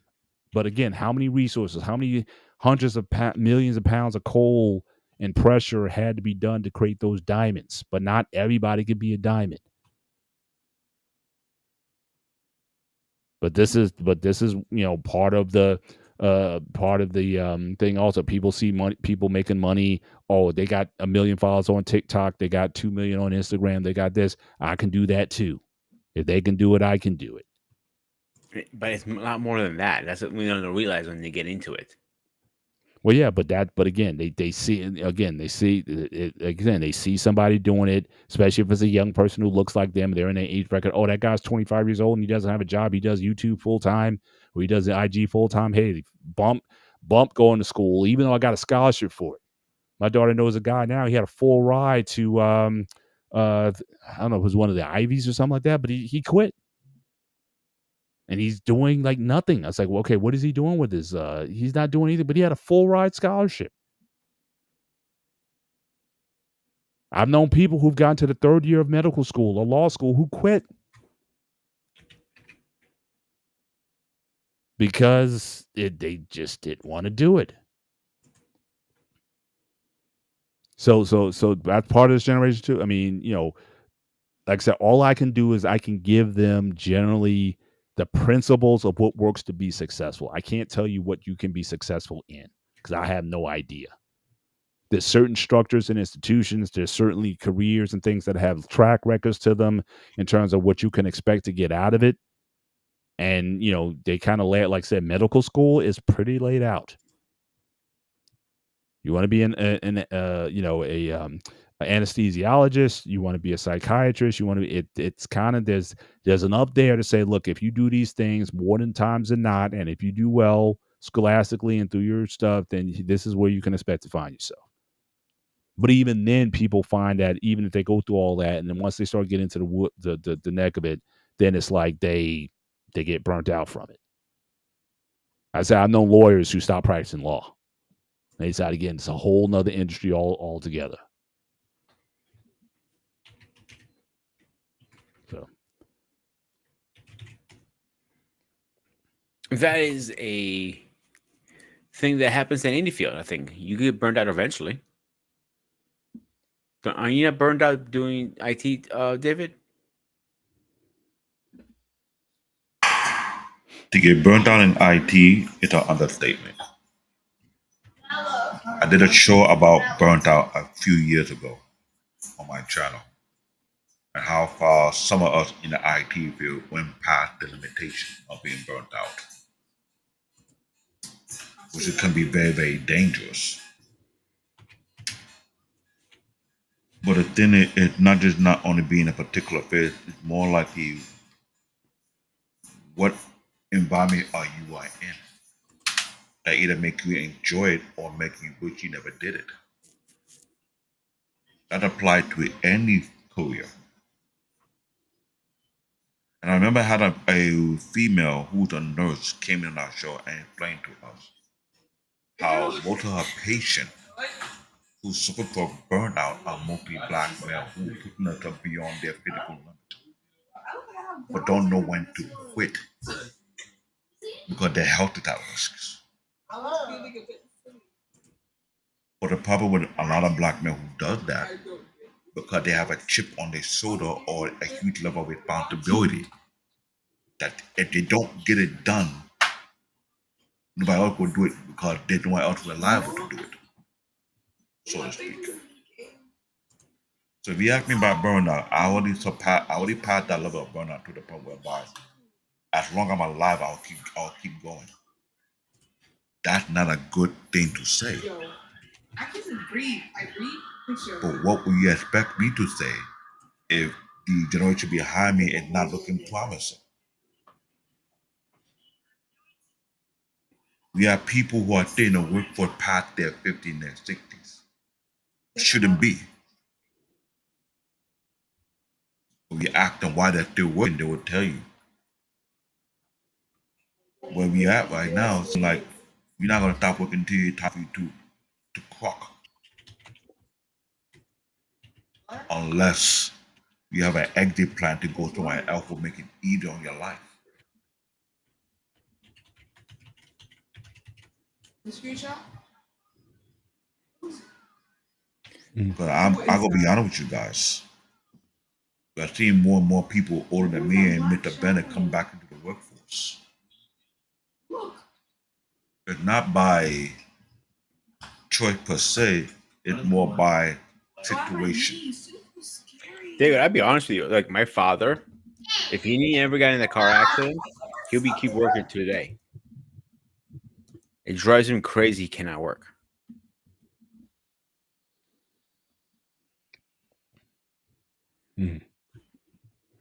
Yeah. I just lost. I just. Now I'm looking at it now. You did something to me. It's blasphemy. But, You know what?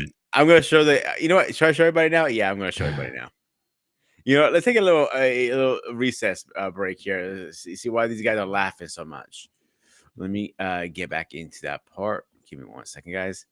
So our gentlemen are laughing because of a reason. I kind of did a little thing.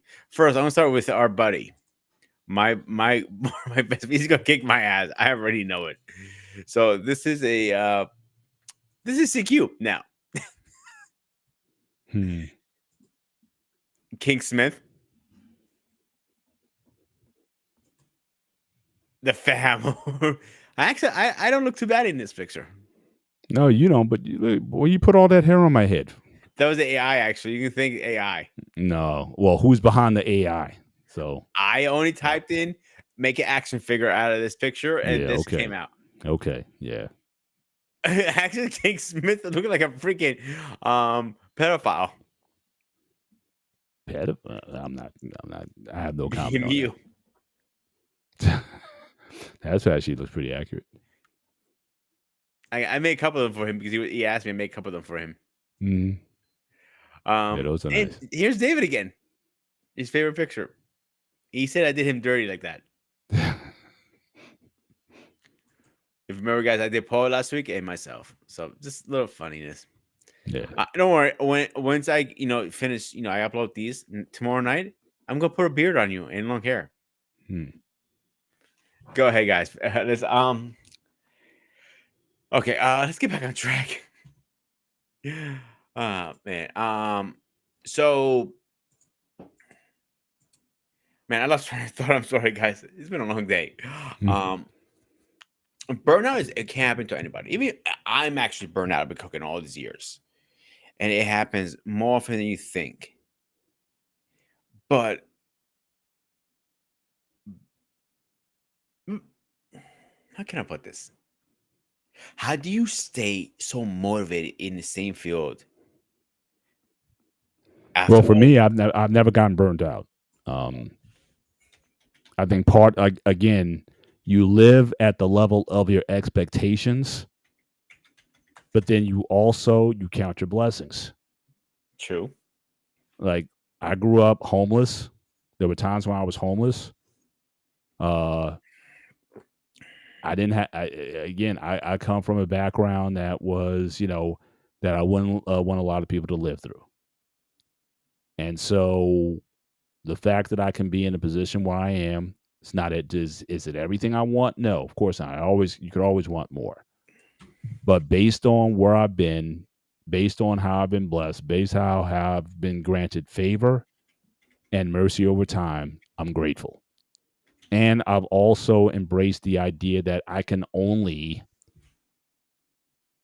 do my best. So I give 100% to whatever it is that I do. If someone deems that's not good enough, I'm okay with that. But I tell people, like even in the jobs I've been in over time, it's like, look, did you do your job to the best of your ability? If you did, then why are you stressing about it? I got a good portion of my career was like I was in QA, David, for a long time. Part of QA, we're supposed to find problems and call them out so that they can be repaired and fixed. If there were no problems, I wouldn't have a job, at least back then. So why am I going to complain that I'm finding problems? I want problems. Otherwise, they don't need me. So my expectations are such where, again, I don't set is, based on even the job that I have.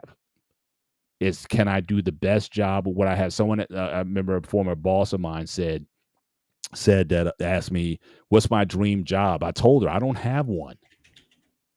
The dream job is the one that I excel in.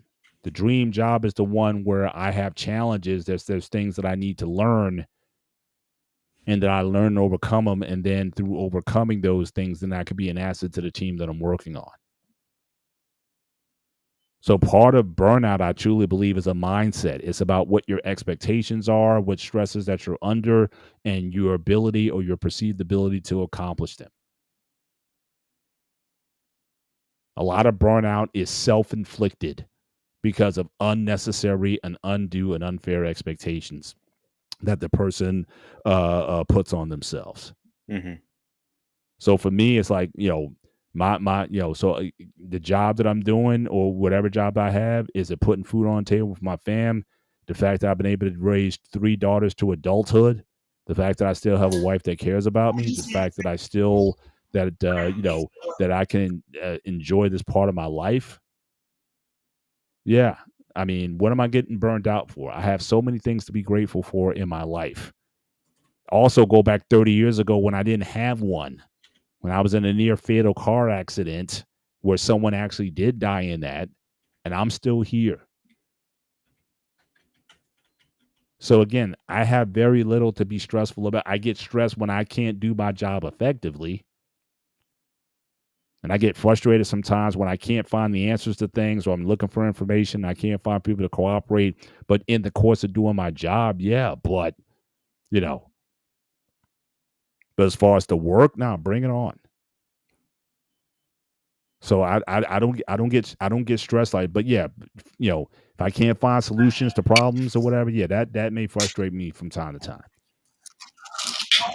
But the fact that I can um get to that point where I can overcome those things, that's a high for me. That's a pattern, that elevates me to such a level that so I love finding solutions to problems.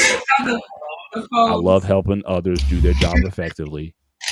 And so again, I have very little stress. I never stress about a job unless I found myself in a situation where I couldn't do the job, either because I was being thwarted by people who wouldn't allow me to do my job, or they weren't giving me a realistic expectation with which to complete the job in. They say you need something done in a day that takes a week to do. Yeah, that could be stressful. But outside of those kind of situations, nah. But I am blessed. I mean, you see what I got. You've been to my house, Pete. I mean, please, to Beautiful go from house. living in a motel to owning a house, to where my kids, I remember my daughter, she told me when she was very young, she used to get dropped off to school. All the kids ball would say, "You live here?" Like, because for them, they from the hood. So, and I'm not saying I got the nicest house in the world. I'm just saying I appreciate where I've been. I'm thankful for where I am, and I have faith and hope in where I'm going. And with that, I don't get stressed. And that's why I tell guys when they're out of work or whatever, I said, in fact, a friend of mine, he reached out to me, young guy. He's a doctor. He's been out of work for a minute. And I asked him, it's like, what are you doing in the meantime? Yes, he said, yeah, I'm going to get my skill sets upgraded and whatnot. But I told him, it's like, what are you doing though? What, you have some downtime. What are you doing with it? Are you making yourself of service to people who could possibly need the skills that you do have? Have you reached out to your church and asked, if I got time off, say, hey, I'm off. Anybody needs my help for anything? Does my church need me for something? Do my friends need me for something? Is there something I can do? Are there some projects around the house I need to be doing? But how can I make myself at service with the time that I have off? And maybe if I devote myself to those tasks, then my blessing's going to come elsewhere, because again, it wasn't all about the work. I'm not saying you don't do the skills and do the things that you need to do. Yes, you put the applications in, you apply, you go on interviews, you do all this stuff you need to do. But in the meantime, are there productive things that you could be doing with your time in the meantime and be of use to other people? And I believe God honors that. And so I told him. So again, this is a younger guy. This guy, I got about at least 15 to almost 20 years on him. Mm-hmm. He's got a young family. Again, he's kind of in that space where I need to be mentoring. So I gave him that. Now, what he does with that, that's on him. But like I said, but as far as I said, the war with the generations, I'm not with that. I'm honored to a degree that he shares with me. And I got a couple guys who are very transparent. If they going through stuff with their wives, with their whatever, I am honored. If they say, look, Paul, you got some time? Hey, can we meet at the diner? I'm going to, can I talk to you? Yeah, I'm honored when you do that. Because I built relationship where that kind of transparency and information can flow. When there's relationship, there's information transfer. I agree with you, Paul, because I'll use me and you for example. When we met, was it 3 years ago? Was it originally? Yeah. And first we started talking about martial arts in the back chat, a different channel, and then we added ourselves on Facebook, and we started talking and talking and talking. Eventually, we chased numbers and bloomed into a very good friendship, I believe. Like to the point, I consider you in my inner circle. You're one of my best friends. Even this little douchebag down there too. So you guys are my best friends. You're like how cliche everybody says this. You're like family, but you guys are like family to me. Like you're like my uncle Paul, and he's my little brother down there. But my point is trying to get to when like I can open up to you about anything when we have. Remember the car ride to Comic Con? How much things we talked about. Sure. And But it's getting again, too. and if there is if there is a war, I know we're near closing comments here, but if there is a war, that's how we bridge it. That's how we bridge it. You build relationship. You make yourself available. First of all, make yourself, and this is for the OGs. You make yourself available. You keep it transparent. But you keep it humble. I'm not trying to sun anybody. So this idea is like, oh man, I forgot more than you already know. It's like, nah. If anything, I want to learn from you. Because you've been to some things. Like I said, I've never been to Comic-Con. I've never been to you in the last year. I've gotten more exposure to things just from hanging out with you than I've ever done in the years before prior to that, because no one else ever Really? went to Comic-Con or did other things. So I get just as much from this relationship as what you may think you may get from me. Because again, I'm always open. My hand is open. And so again, that's a thing I think for my OGs. It's okay to listen See, here's and my hear thing. perspective from younger people, because they may have a point. They may have some things that you did not consider, or if anything, what's Bruce Lee always said, his big mantras: absorb what is useful, discard what is useless, and make what is essential your own.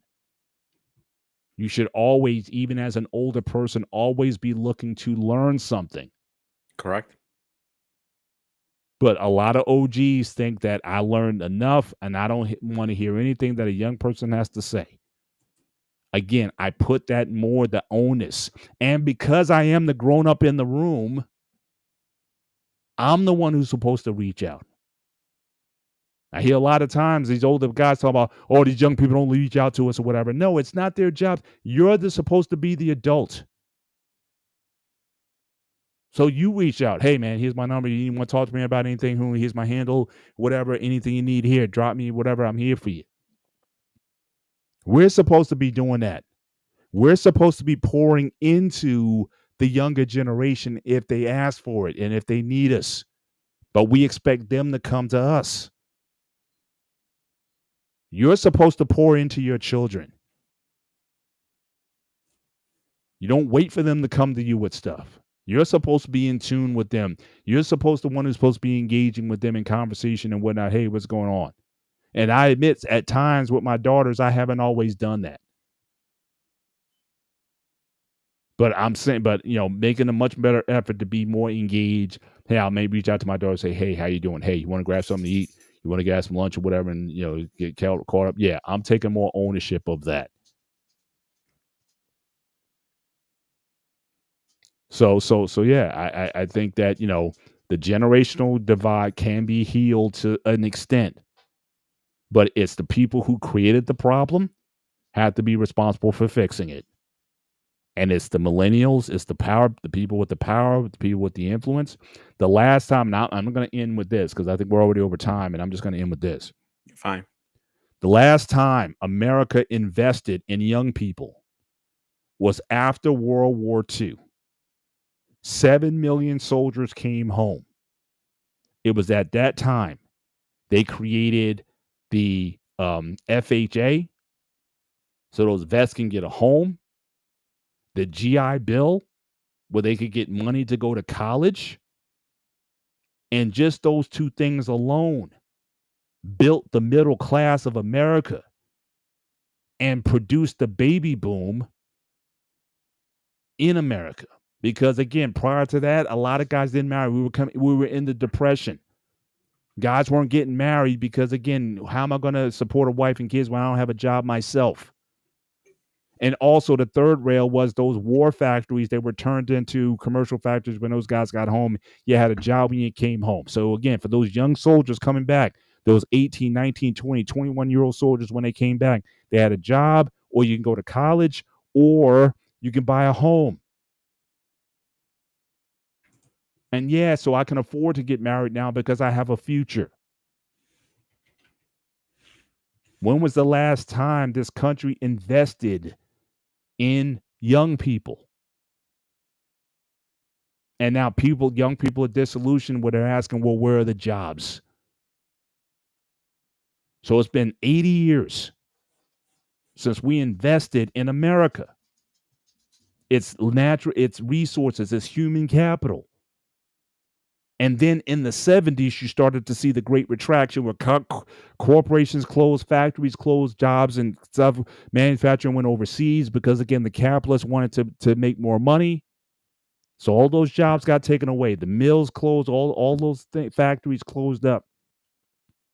And all those factory towns like Rochester, New York, where Kodak was there was those company towns that were created after the war. All those company towns are now gone. They're wastelands now. Go up to upstate New York, go to Syracuse, all these places, old towns, dead towns, nothing going on there. And young people are asking, well, where are the jobs? Where's the opportunities? Where I do from here? Where's the future? How am I going to get married when I don't even know how am I going to be able to take care of myself? And yet we hear all this stuff in this country about family values and deletions and all this kind of stuff. Well, again, if you give people the opportunity to have a future, a productive job where they can earn money so they can get married and have families, maybe you wouldn't have so much with the deletions and all this other stuff that's going on. But most of that stuff is coming out of poverty. So you have to address these societal issues. And the course has to be towards the future, the young people. So I look at everything now is if it's good for my daughters, then it's good for me. I don't look at it if it's good for me, then it must be good for my daughters. Not necessarily. Again, we have to be forward thinking to think about the future we want to leave to the next generation. And if we don't do that, then yes, this divide is going to get bigger. And yeah, maybe it will get to war at some point. But I'm not there yet. And like I said, my door is always open to any person, any young person of any age that wants to reach out and at least to pick what I know. I don't know everything. God knows I don't. But I'm willing to listen. And whatever I have to give, I will gladly share with you. It would be an honor to talk to you and to listen. And I treat it as an honor when anybody reaches out to me for anything. Hey, can I pick your brain for a second? And several people within this YouTube space or whatever have done that. And I got no problem with it. I appreciate when they do that. It's a sign of respect for me. And so I give them everything that I have. And that's all I want to say on it. David?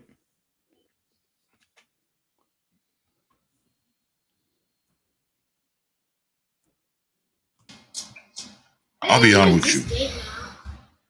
I may not be like Mr. Paul Bennett who went to mentor people, but I've come to a point whereby I don't have the desire to mentor people anymore. unless someone seeks to get with me for me. I'm willing to give. Otherwise, I'm not gonna put myself out there no more. The probably talk about burnout. I would say this. I don't see myself stop working until it's time for me to leave the earth. Why she's not big enough? Look. If I'm able to accomplish a particular goal that allow me not to let that happen, I know it's not gonna be here with this sword. Definitely some DTR. Do I have faith of tomorrow generation? I can't escape her. The answer is flat no. I can't escape it when I'm watching YouTube, when I'm watching video, when I'm playing Roblox. I can't escape it. So if I have to be the villain, then so be it. I'll be the villain. That money? I might be the worst villain on the planet, but I will not waste my time, no matter what, on the effort on anything that's not worth it. That's not me doing this. I just stop making me. I'm not starting to understand why certain people say don't want to be mentors no more. Alright. I get it. I understand it. She said lesbians in the comments. I'm not saying I'm not gonna share knowledge to anybody. Father is JJ. But if it come to shove, I don't have to open my mouth and say anything anymore. If I can save you and I have a solution and I see you're not worthy of saving, I'll let it be that way. I'm running. Tell her to Oh, find her. Tell her to find Because her. I've come to a point, a crossroad in my life, I'm gonna say this. I'm not gonna risk my neck for nobody who would not worth with my neck for. You guys are gonna stop me? If anyone think that I'm being wrong, I'll have to be careful. When that time comes, I won't have any emotion left for humanity. I might be a total opposite. If I'm a total opposite, it's safe for your own well-being. Stay far away from me.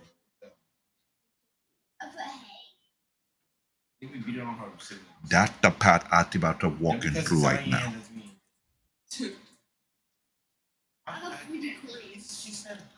Would I have mercy for people who are disrespectful?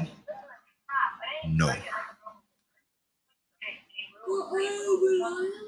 Would I save them if their life is in danger? Hell no.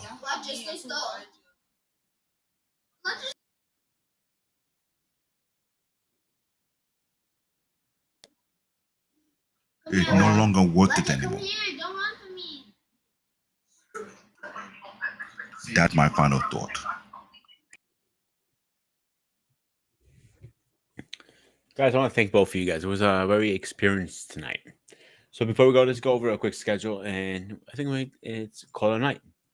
So on Saturday, we're going over bad trilogies versus good trilogies. Yeah, we're gonna have a little nice conversation on that one. Sunday on the gray area, we are talking about nothing. We're gonna have an open panel. Well, now I don't know if we came to a final decision. Do you want it because it is Easter Sunday? Yeah, why You not? want to take a break and then come back, or you want to do a show? I'm good either way. I just want to, You pick. I don't care either way. why don't we take the day off? All right.